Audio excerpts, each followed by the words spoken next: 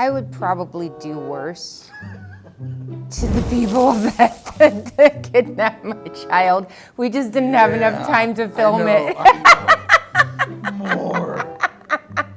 I would take my time more. 좀비 떼를 소탕하던 레지던트 이블의 앨리스. 밀라 요보비치가 10년 만에 칼을 갈고 돌아옵니다.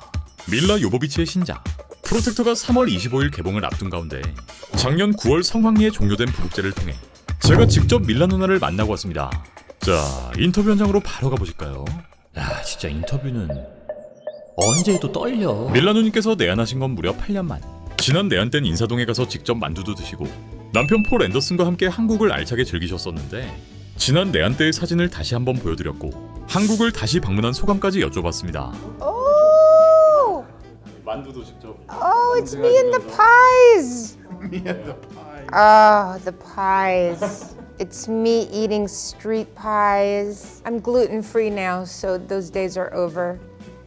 But this was one of the best times I ever had in Korea. We went to a street food restaurant and they gave us the pies for free because they love me. Oh, this is me and my husband looking for really beautiful like cups and vases. We still have those. So amazing. Nice. We drink a lot of alcohol out of them, occasionally. Amazing how I still look exactly the same. You look better. Oh, thank you. Thank you for those memories. That's amazing. You got to send those to me. Unfortunately, right now we don't have as much time in Korea, and also I've never been to Busan before.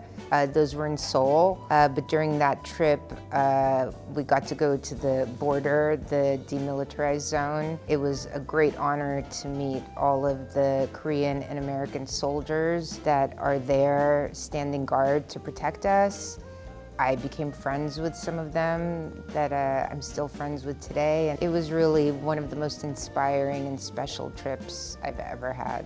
자, 그리고 이번 영화를 연출하신 에드리언 그런버그 감독님. 앞선 람보 라스트 워를 연출하신 분이기도 한데 프로텍터가 세계 최초로 부산에서 공개되고 한국 관객들에게 가장 처음으로 선보여지기에 이번 영화가 어떤 메시지와 재미를 선사할 것인지 여쭈어봤습니다. It is my first time in Korea and I'm proud to be in Busan. This is a festival I've followed and known for many years, so it's a privilege to have been invited here to present global movie. I think more than a Korean or American, it's a movie that represents, I think, a lot of the things that all of us as human beings and parents. I hope that comes across in the movie. We put a lot of love into it, a lot of hard work, and a lot of sweat, and I think it will show, and I think and hope that it makes all of you as proud as it made all of us. And if you're not a parent, you'll just see me be a badass man. 다음으로 빙의를 바친 밀라 누님께 질문. 레지던트 이블의 앨리스부터 몬스터 헌터의 나탈리, 그리고 이번 프로텍터의 니키까지 세대를 거쳐 액션의 아이콘으로 자리해 오셨는데 이번 작품에선 단순한 액션 히어로가 아닌 절박한 엄마이자 인간적인 상처를 가진 인물로 그려집니다. 다른 영화 속 인물들과는 다르게 니키를 준비하고 연기하는 과정에서 특별히 신경 쓰신 부분이나 차별화된 접근 방식이 있었나요?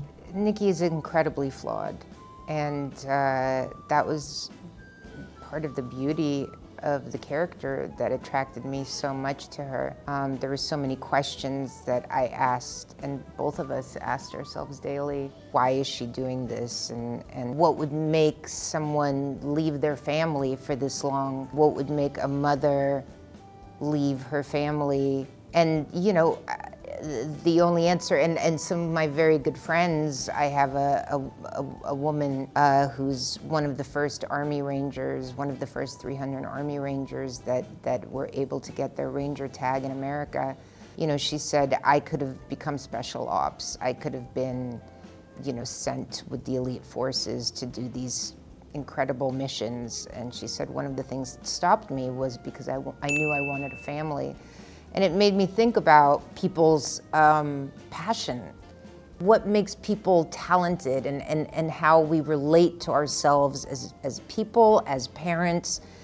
But not only, we're not one or the other. And when you're so good at something, like Nikki is so good, a soldier, and her country depends on her higher ups depend on her, she's constantly being held back from going home because there's another mission, there's something else you have to do, it's so important. You know, they sell it to you like you're protecting your family by doing this. And in a way, she's so good at what she does, in a way, it does stop you from going home to a place that maybe feels foreign, and maybe, you know, she doesn't feel as confident being a parent as she does being a soldier. And that dichotomy, I think a lot of people can relate to, is who am I? I am a parent, but is that all I am? Is there me in there too? And I think Nikki just took it too far in the other direction where she couldn't balance the two.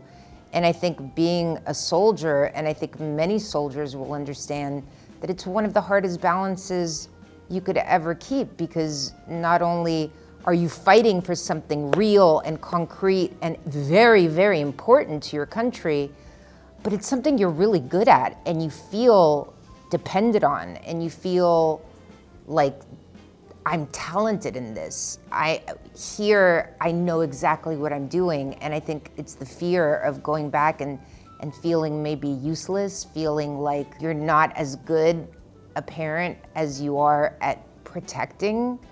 You know, so there was so much of that going on through my brain, and she's such a complex character. And, you know, that's the beauty of being human. Yeah, I think that's what made the movie so interesting and so challenging. You know, how somebody could, in a sense, not abandon their family, but the mistakes that she made, and which she realizes she made, the time she lost, which she didn't realize at the time that she was losing. Because she really felt like she was doing the right thing, and it was only when time went by so quickly that she realized, oh, I've lost all those years with my child, and I'll never get that back. And it's so sad, and I think many soldiers could relate to that. 자, 이어서 다시 감독님께 질문. 전작에서 강렬한 액션으로 큰 주목을 받으셨는데 이번 작품 속 액션을 구현하기 위해 어떤 시도를 하셨는지, 관객들이 새롭게 느낄 수 있는 부분이 있었을까요? I mean, I think that's very clear, I know, in my mind and in our mind as we designed the movie, both feet grounded in reality, as opposed to Rambo, which has maybe 1 foot grounded in reality, and it's more, it's bigger and more grandiose. And I think what was important here for us was to make it 100% believable, to understand that somebody like Nikki, like Mila, could in real life, with the training that she has, do this and inflict the damage that all of us as spectators would want her to, but most importantly, believe it to. That made it much grittier. There's a lot of blood, there's a lot of bruising. It's Mila / Nikki being what we would all want to be in that situation. Real life Rambo. Exactly. Scarier too. Not on set. Rambo. 클로이는 실제 딸 에버와 거의 비슷한 나이대로 설정되었는데 실제 어머니로서의 경험과 배우로서의 감정이 주인공 니키라는 인물에 더 깊은 몰입을 가능하게 했는지, 실제 딸을 둔 입장에서 연기에 어떤 특별한 영감이나 감정적 울림을 주었는지 궁금합니다. This whole movie came out, me being a parent. Material came to me immediately. It hit me straight in my heart because I do have a child that's that age. I keep myself awake at night thinking of what I would do to somebody who hurt my child. And I think so many parents can relate to that. And to make a movie where I get to exact that vengeance just gave me so much satisfaction, even though it's my worst nightmare. you know, so many scenes that are incredibly brutal but very realistic in this movie, where many people who wouldn't normally want to go see a film that's this like viscerally violent would enjoy it. It hits a primal instinct of being a protector. We all want to believe that we would go to these lengths to save our children. And I'm sure we would, you know, maybe not like Nikki because she's, you know, a trained soldier. I think any parent would do this and more to protect their kid. I would probably do worse to the people that kidnapped my child. We just didn't have enough time to film it. More. I would take my time more. 네, 밀라 누님께 건넨 질문이 마지막이 돼버렸고 시간이 약간 남아서 감독님께 마지막 질문을 드렸습니다. 엔딩 크레딧에서 기르신 다니엘 그런버그, 진규박이라는 이름이 눈에 띄었는데요. 두 분은 감독님께 어떤 의미를 가진 인물들인지 조심스럽게 여쭈어 보았습니다. Thank you for asking. I'm glad you mentioned it.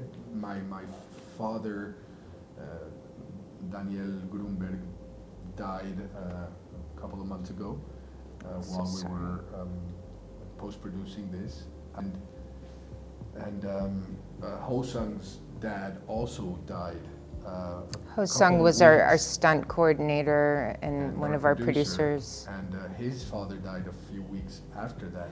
You know, other than the loss of a family member or a father, you know, it was very interesting because I go back to everything Mila has said about how how this movie was to all of us. It was a very personal experience, and this only added to that and made it even more personal.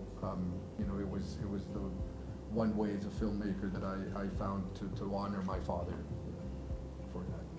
감사합니다. Thank you. 이렇게 두 분과의 뜻깊은 인터뷰를 모두 마치고 이 추억을 담은 셀카로 모든 시간이 마무리되었습니다. 이번 부국제가 두 분에게도 좋은 시간이 되셨으면 좋겠네요. 3월 25일 개봉되는 신작 프로텍터의 스토리는 심플하지만 묵직합니다. 전직 특수부대 요원이었던 니키는 자신의 과거를 지우고 딸 클로이와 평온한 삶을 살고 있었지만 어느 날 정체불명의 조직에 의해 딸이 납치되며 그녀의 평화로웠던 삶은 산산조각 나버립니다. 니키에게 주어진 시간은 단 72시간.